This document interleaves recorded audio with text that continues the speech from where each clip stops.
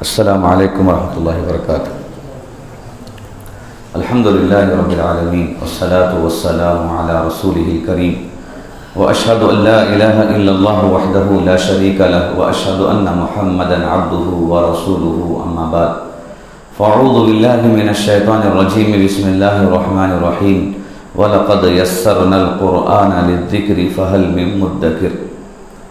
معزز علماء کرام،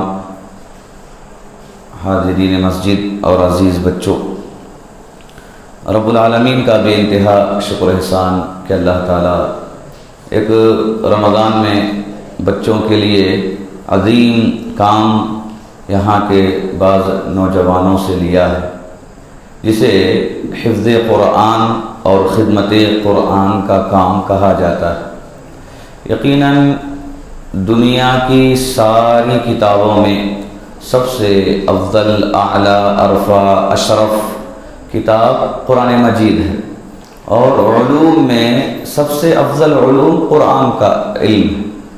قرآن سیکھنا سکھانا باعث برکت ہے، ثواب کا باعث ہے۔ ثواب کے ساتھ ساتھ دنیا اور آخرت کی بہت ساری فضیلتیں حاصل ہوتی ہیں۔ پڑھنے والا بھی سعادت مند ہے، پڑھانے والا بھی سعادت مند ہے۔ پڑھانے کے لیے جو بھی انتظام کرتا ہے، یہ سارے کے سارے بڑے ہی خوش نصیب ہیں۔ جیسا کہ حدیث میں آپ صلی اللہ علیہ وسلم نے فرمایا، خیرکم من تعلم القرآن وعلمہ، بہترین ہے وہ تم میں جو قرآن سیکھتا ہے، سکھاتا ہے۔ جہاں تک سیکھنے کی بات ہے، واضح ہے، بچے جو سیکھنے والے ہیں یا بڑی عمر کے بالغ لوگ، نوجوان، یہ سیکھنے والے ہیں، جو استاد کے پاس بیٹھ کر قرآن سیکھتے ہیں، یہ سیکھنے میں شامل ہے۔ لیکن جب سکھانے کی بات آتی ہے تو اس میں بہت سارے لوگ شامل ہیں سکھانے میں، جیسے استاد شامل ہے جو استاد سکھاتا ہے، ماں باپ شامل ہیں جو اپنے بچوں کو اس کی طرف ترغیب دلاتے ہیں، لا کر چھوڑتے ہیں، وقت لگاتے ہیں، پیسہ خرچ کرتے ہیں۔ اور اس کے علاوہ اگر چند افراد اس کام کے لیے کھڑے ہوں، تیار ہوں، محنت کرتے ہیں، پیسے خرچ کرتے ہیں، کوشش کرتے ہیں تاکہ قوم کے بچوں کے اندر بیداری آئے اور قرآن سیکھے، یاد کرے، یقیناً یہ لوگ بھی سکھانے میں شامل ہیں۔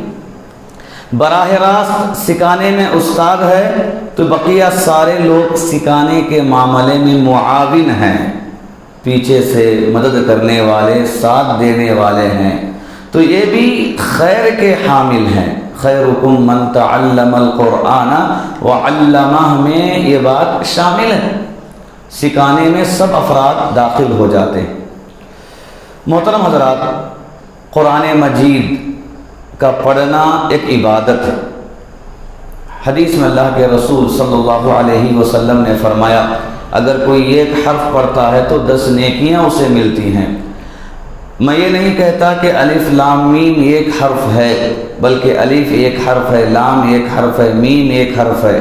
اگر کوئی صرف الف لام میم پڑھے تو اسے 30 نیکیاں ملتی ہیں۔ تو گویا کہ ایک عظیم عبادت ہے۔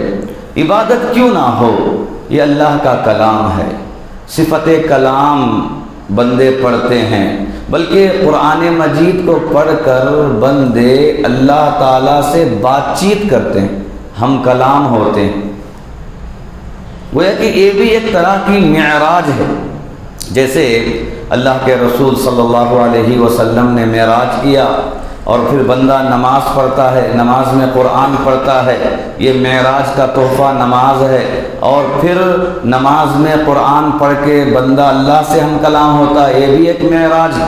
نماز ایک معراج ہے، اور قرآن مجید کا پڑھنا یقیناً یہ اللہ تعالیٰ سے ہم کلام ہونے میں شامل ہے۔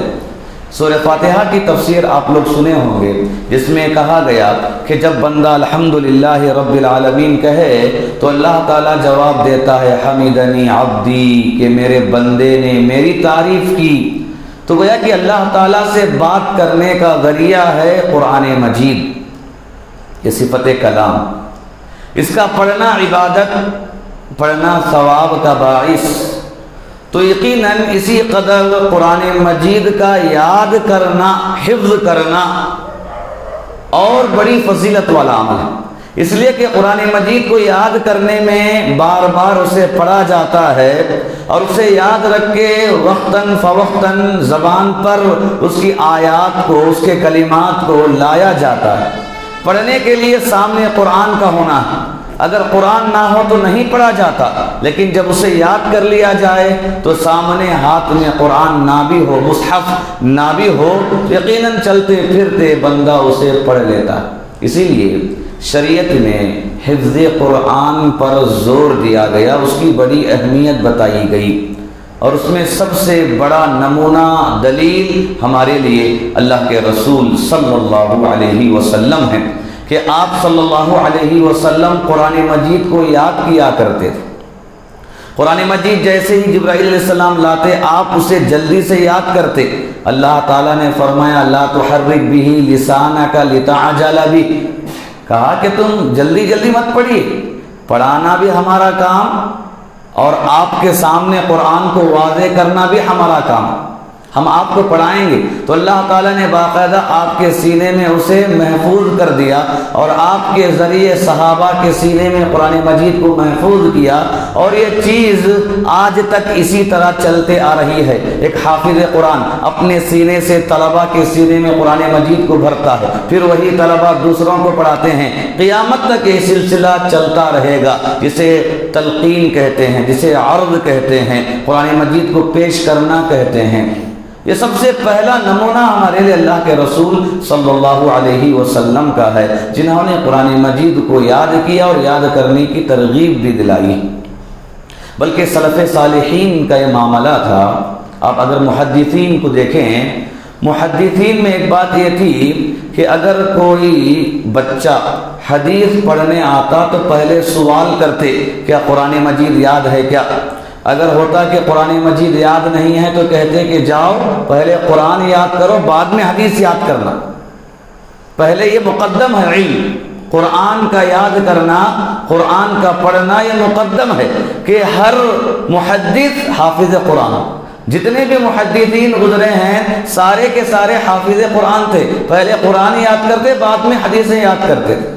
یہ الگ بات ہے، ہم صرف حافظ کے لفظ سے قرآن کو یاد کرنے والے مانتے ہیں، ورنہ حافظ کے لفظ میں حدیثوں کو یاد کرنے والے بھی شامل ہیں، لیکن جتنے حافظ حدیث ہیں سارے کے سارے حافظ قرآن ہوا کرتے تھے، اس لیے کہ اس زمانے میں اس علم کو مقدم رکھا گیا تھا۔ اگر کوئی حدیث کا علم لینے آتا تو پہلے اسے قرآن حفظ کرنے کے لیے بھیجا جاتا۔ ابن تیمیہ رحمہ اللہ کا یہ قول کہتے ہیں وَأَمَّا طَلَبُ حِفْظِ الْقُرْآنِ فَهُوَ مُقَدَّمٌ عَلَى كَثِيرٍ مِّمَّا تُسَمِّيهِ النَّاسُ الْعِلْمِ، کہ قرآن مجید کا یاد کرنا یہ ہر علم پر مقدم ہے، ہر علم پر، لوگ جسے بھی علم کہتے ہیں ہر علم پر قرآن کا یاد کرنا مقدم ہے، اس سے پہلے کوئی دوسرا علم نہیں، پہلے نمبر پر اگر کوئی علم آتا ہے تو وہ قرآن کا علم۔ اسی لیے علماء کا کہنا بھی یہ ہے جہاں کہیں قرآن مجید کے اندر علم کی فضیلت، علم کی بات بتائی گئی تو اس میں دینی علم، اور دینی علم میں اصل تو قرآن ہے، قرآن کا علم شامل ہے، جس میں کہا گیا یرفع اللہ الذین آمنوا منکم والذین اوتوا العلم درجات، کہ اللہ تعالیٰ ایمان والوں کے درجات کو بلند کرتا ہے اور اہل علم کے درجات کو بلند کرتا ہے۔ تو کون سے علم والے؟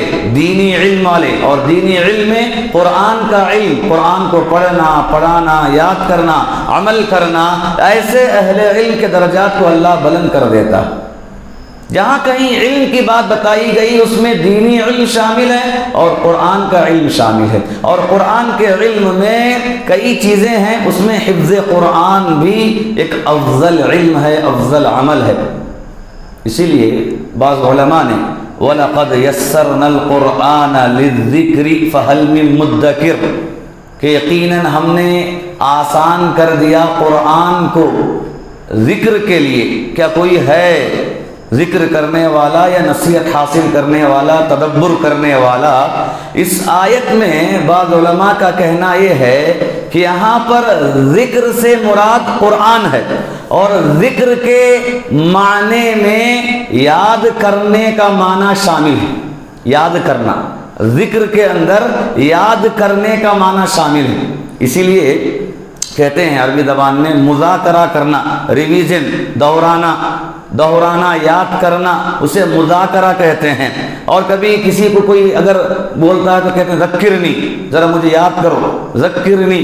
تو ذکر کے اندر یاد کرنے کا معنی ہے، اور یہی ذکر ہے۔ بندہ جب اللہ کو یاد کرتا ہے تو اسی کو ذکر کہتے ہیں۔ بندہ جب اللہ کو یاد کرتا ہے وہ ذکر ہے۔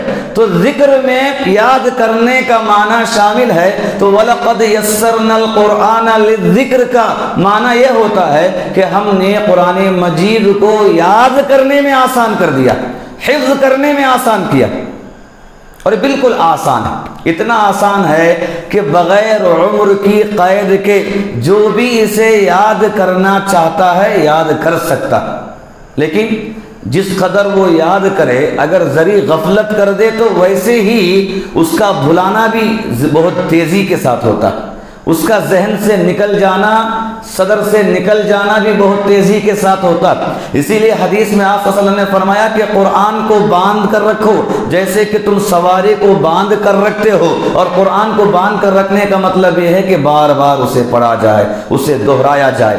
اور شریعت میں قرآن مجید کے یاد کرنے سے متعلق بہت ساری دلیلیں اور بہت ساری فضیلتیں موجود ہیں، جیسے کہ سورہ کہف کے فضیلت میں ہم لوگ جانتے ہیں اگر کوئی ابتدائی 10 آیتوں کو یاد کر لے تو دجال کے فتنے سے بچ جائے گا۔ اب یہاں پر یاد کرنے ہی کی بات ہے، 10 آیتیں یاد کر کے پڑھتا رہے تو گویا کہ تلاوت بھی ہے اور یاد کرنا بھی ہے۔ اگر کوئی یاد کر لے تو دجال کے فتنے سے بچ جائے گا۔ تو یاد کرنے میں واضح دلیل ہے کہ قرآن مجید کو یاد کیا جائے، اور قرآن مجید کو یاد کرنے میں ایک واضح دلیل یہ ہے کہ نمازوں میں کوئی ایسی نماز نہیں ہے جس میں قرآن نہ ہو۔ قرآن میں کم سے کم سورہ فاتحہ یا اس کے علاوہ مزید کوئی دوسری سورت پڑھنا چاہے پڑھ سکتا، لیکن اتنی بات تو طے ہے کہ ان سورتوں کو انسان دیکھے بغیر پڑھے گا، یہی افضل عمل ہے، اور خاص کر فرض نمازوں میں تو دیکھے بغیر ہی پڑھے گا۔ اگر اسے یاد نہیں ہے، یاد نہ ہونے کی صورت میں وہ تسبیحات پڑھے گا، لیکن چاہیے کہ فوراً یاد کر لے، سورہ فاتحہ یاد کر لے، دوسری صورتیں یاد کر لے۔ تو اس سے بات معلوم ہوتی ہے کہ شریعت قرآن کو یاد کرنے کی ترغیب دلاتی ہے کہ قرآن یاد کیا جائے۔ چھوٹی چھوٹی صورتیں ہیں، یا کم سے کم نماز پڑھنے کے حد تک انسان صورتوں کو یاد کر لے۔ بہت ساری دلیلیں قرآن یاد کرنے سے متعلق، اور فضیلت میں بھی احادیث کے اندر اللہ کے رسول صلی اللہ علیہ وسلم نے قرآن یاد کرنے والوں کی فضیلت میں ایک بات بتائی کہ کل قیامت کے دن انسان کے درجات قرآنی آیات کے لحاظ سے بڑھتے جائیں گے، اس لیے کہ اگر کوئی حافظ قرآن آئے تو اس سے کہا جائے گا اقرا ورتقی، کہ پڑھتا جا اور درجات کو حاصل کرتا جا۔ اب اسے جتنی آیتیں یاد ہیں اسے اتنے درجات ملیں گے، جتنا قرآن یاد ہے اتنے درجات ملیں گے۔ ایسا تو نہیں کہ اب وہاں پر اسے مصحف دیا جائے گا، قرآن دیا جائے گا، دیکھ کر پڑھتا جائے گا، بلکہ بات واضح ہے حدیث کے الفاظ سے کہ جس نے قرآن کو یاد رکھا تھا مرنے کے وقت تک، تو مرنے کے وقت تک جتنا اسے قرآن یاد ہے کل قیامت کے دن وہ آیتیں اس کے لیے درجات میں بلندگی کا ذریعہ بنیں گی۔ تو اس سے کہا جائے گا کہ قرآن کی آیتیں پڑھتا جا اور درجات کو حاصل کرتا جا۔ یہ کب ہے؟ جبکہ یاد کیا جائے۔ تو اس سے خود بات معلوم ہوتی ہے کہ شریعت قرآن یاد کرنے کی ترغیب دلاتی۔ محترم حضرات، یہاں پر بچے بیٹھے ہیں، جیسا کہا گیا ہے مدرسے میں پڑھنے والے بچے ہیں، ابھی اسکول کے بچے نہیں آئے، آپ حضرات یہاں پر ہیں، لیکن بس ایک نصیحت آپ سے یہ ضرور ہے کہ یقیناً آپ لوگ اپنے بچوں کو، اپنے بھائیوں کو ضرور حافظ قرآن بنائیں۔ حافظ قرآن بنانے کے فائدے دنیاوی بھی ہیں اور اخروی بھی ہیں۔ اخروی فائدے تو بے شمار ہیں، ہر جگہ اسے مقدم رکھا جائے، ہر جگہ حافظ قرآن پہلے رہے گا۔ بقیہ لوگ بعد میں، حافظ قرآن پہلے، امامت میں حافظ قرآن پہلے، قبر میں حافظ قرآن پہلے، اور درجات میں کل قیامت کے دن بڑے بلند درجے حافظ قرآن کو ملیں گے۔ اور خود صحابہ میں جو حافظ قرآن تھے ان کی بڑی عزت اور ان کی بڑی تکریم ہوا کرتی تھی، اور اللہ کے رسول صلی اللہ علیہ وسلم نے حامل قرآن کی عزت کرنے کی ترغیب دلائی احادیث میں۔ دنیاوی طور پر بھی فائدے، حافظ قرآن کا ایک بہت بڑا فائدہ کیا ہے، دیکھیے کہ جب بچہ قرآن یاد کرتا ہے، اتنی بڑی کتاب یاد کر رہا ہے، تو قرآن کے یاد کرنے سے ذہن اتنا تیز ہو جاتا ہے کہ اس کے بعد دنیاوی علوم کا حاصل کرنا اس کے لیے بہت معمولی ہو جاتا ہے، بہت آسان ہو جاتا ہے۔ یہ حقیقت ہے۔ یہ حافظ قرآن کے لیے دوسری چیزوں کا پڑھنا بہت آسان ہو جاتا ہے۔ کتنی بھی مشکل چیز اس کے سامنے آ جائے، یا تو اسے آسانی کے ساتھ یاد کر لے گا، اگر سمجھ گیا تو اس سے بہتر کوئی نہیں سمجھ سکتا۔ اس کے لیے یاد کرنے میں بھی آسانی، ذہن کھل جاتا ہے، حافظہ مضبوط ہو جاتا ہے، اور بڑی بڑی چیزیں بھی آرام کے ساتھ وہ یاد رکھ سکتا ہے اور حل کر سکتا ہے۔ حافظ قرآن بننے کے بعد دنیاوی علوم میں کون سے بھی علم کی بات اس کے سامنے آئے، ساری چیزوں کو آرام سے وہ ہضم کر سکتا ہے، اخذ کر سکتا ہے اور اسے حاصل کر سکتا ہے۔ اور اس کے ساتھ ساتھ بہت بڑا انعام تو یہ ہے، حافظ قرآن اگر بچے ہیں، ماں باپ کے حق میں صدقہ جاریہ بنیں گے، ماں باپ کے حق میں مغفرت کی دعا کریں گے، اور کل قیامت کے دن ایک حدیث میں کہا گیا، اگرچہ کی بات علماء نے کلام کیا ہے، لیکن ایک حدیث میں بات ثابت ہے کہ حافظ قرآن کے ماں باپ کو کل قیامت کے دن تاج پہنایا جائے گا، جس کی روشنی کے سامنے یہ سورج اور چاند کی روشنی بھی ماند پڑ جائے گی۔ ایک بہت بڑا انعام وہاں پر ملے گا، یقیناً بڑی فضیلت والا عمل ہے۔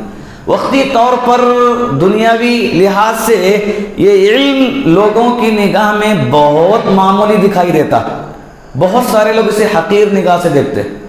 مدرسے میں پڑھنے والے بچے، حفظ کرنے والے بچے، قرآن کو یاد کرنے میں کیوں اپنی زندگی برباد کر رہے ہو، دنیاوی علوم میں کوئی چیز نہیں ہے۔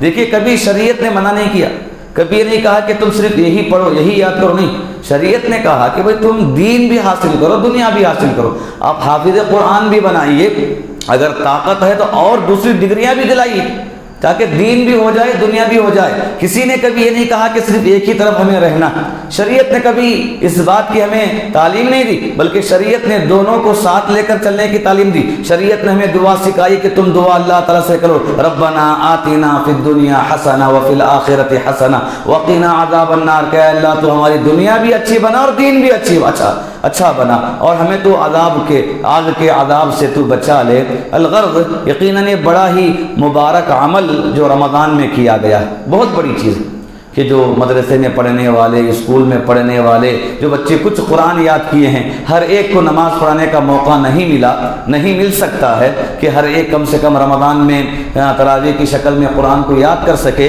یقیناً یہ بہت بڑی چیز ہے جو یہاں بچوں کو جمع کر کے ان کا اعادہ کیا گیا، مذاکرہ کیا گیا، ان کے آموختہ کو پختہ کیا گیا، وہ بہت بڑی چیز ہے۔ اور وہی آج ایک انعامی محفل کے مجلس کے طور پر یہاں منعقد کی گئی ہے۔ بڑے ہی خوش نصیب ہیں بچے جنہوں نے قرآن کو یاد کیا ہے، پڑھ رہے ہیں، اور بڑے ہی خوش نصیب ہیں ماں باپ جو اپنے بچوں کو مدارس میں پڑھا رہے ہیں، اور یقیناً اسی کے ساتھ بڑے ہی سعادت مند ہے، نیک بخت ہیں اور خیر کے حامل ہیں وہ تمام لوگ جنہوں نے مدرسے اور اسکول میں پڑھنے والے بچوں کے قرآن کو پکا کرنے کی کوشش کی، پیسے خرچ کیے، محنت کی۔ اور آج یہ بہت ضروری ہے۔ معلوم ہے موبائل کا استعمال یقیناً ذہن کو دیمک کی طرح کھاتا ہے، ایک ہی بار نہیں کھاتا، دیمک کی طرح تھوڑا تھوڑا کر کے، لیکن جب ایک مرتبہ چاٹ دے تو دوبارہ پھر اسے لانا مشکل ہے۔ یہ موبائل کا استعمال بڑا خطرناک ہے، بچوں میں یہ چیز زیادہ ہے۔ ایسے وقت میں بھلاہٹ بہت زیادہ آ جاتی ہے اور توجہ نہیں رہتی، تو یقیناً ایسے وقت میں، ایسے دور میں ضروری ہے کہ قرآن کو یاد کیے ہوئے لوگوں کے قرآن کو مضبوط کرنے کی کام کریں، پختہ کرنے کے کام کریں، حافظ قرآن کو مضبوط کریں، اس لیے کہ اگر بچپن میں پکا ہو گیا، ذری عمر بڑی ہو گئی، اس کے بعد پھر پکا کرنا چاہے نہیں ہوتا۔ اس کے بعد اگر محنت کرنا چاہیں، محنت کرنے جسم کھمتا نہیں، بالکل طبیعت مانتی نہیں وہاں پر کہ بھئی محنت کرنے ہم بیٹھے، جیسے بچپن میں محنت کرتے ہیں ویسے کچھ عمر ہونے کے بعد پڑھیں، یا یوں سمجھ لیجئے کہ اگر کوئی عالمیت میں، عالم کورس میں آنے کے بعد ایک سوچتا ہے کہ میں وہاں محنت کروں گا، الا ماشاءاللہ 100 میں صرف ایک بچہ ہی ایسا نکلتا ہے جو عالم کورس میں آنے کے بعد بھی محنت کر سکتا ہے، ورنہ 90 پر 9 بچے محنت نہیں کرتے، اس تعلیم میں لگ جاتے ہیں، اس دنیا میں لگ جاتے ہیں، جس کی وجہ سے یہ چیز ایسے ہی آہستہ آہستہ کچی ہو جاتی۔ یقیناً بڑی ہی سعادت مندی کی بات اور بڑا اچھا عمل جو رمضان کے مہینے میں کیا گیا، بلکہ چاہیے کہ اس چیز کو باقی رکھیں، ہمیشہ ہر رمضان میں باقی رکھیں، بلکہ ہر جگہ اس چیز کی طرف توجہ ضروری ہے۔ ہرگز آپ لوگ یہ نہ سمجھیں میں یہاں پر آیا ہوں، ہو سکتا ہے چند لوگوں کی تعریف کر رہا ہوں، ہرگز نہیں، جو چیز میرے دل میں آئی میں نے آپ کے سامنے رکھی، اس لیے کہ ایک اچھا عمل ہمارے سامنے آئے تو ہماری ذمہ داری بنتی ہے کہ ہم اس کی تعریف کریں اور ان لوگوں کو ہمت دیں جنہوں نے اس فریضے کو انجام دیا، بلکہ یہ ہر قوم کا مسئلہ، ہر علاقے کا مسئلہ۔ اگر میں اپنے گاؤں میں ہوں تو میرے لیے بھی ذمہ داری ہے کہ میں بھی اس معاملے میں سوچوں، ہمارے گاؤں کے بچوں کی فکر کروں، یہ میری ذمہ داری ہے۔ تو اس لحاظ سے یہ بڑا ہی اچھا نیک کام الحمدللہ کیا گیا ہے۔ رب العالمین سے دعا کرتے ہیں کہ اللہ تعالیٰ جو کام یہاں رمضان کے مہینے میں کیا گیا، اللہ تعالیٰ اس کام کو قبول فرمائے۔ اللہ تعالیٰ جنہوں نے قرآن کو سنایا ہے، یاد کیا ہے، اللہ مرتے دم تک انہیں قرآن یاد رکھنے کی توفیق عطا فرمائے۔ اللہ تعالیٰ قرآن مجید کا صحیح استعمال اور قرآن مجید کی تلاوت کا اہتمام انہیں کرنے کی توفیق عطا فرمائے۔ رب العالمین جنہوں نے بچوں کے قرآن کو پکا کرنے کے لیے کوششیں کی ہیں، اللہ تعالیٰ ان کے کوششوں کو قبول فرمائے۔ اللہ تعالیٰ اس کے ذریعے دین اور دنیا اور آخرت میں ان کا بہتر بدلہ اللہ تعالیٰ انہیں عطا فرمائے۔ آمین۔ وآخر دعوانا ان الحمد للہ رب العالمین۔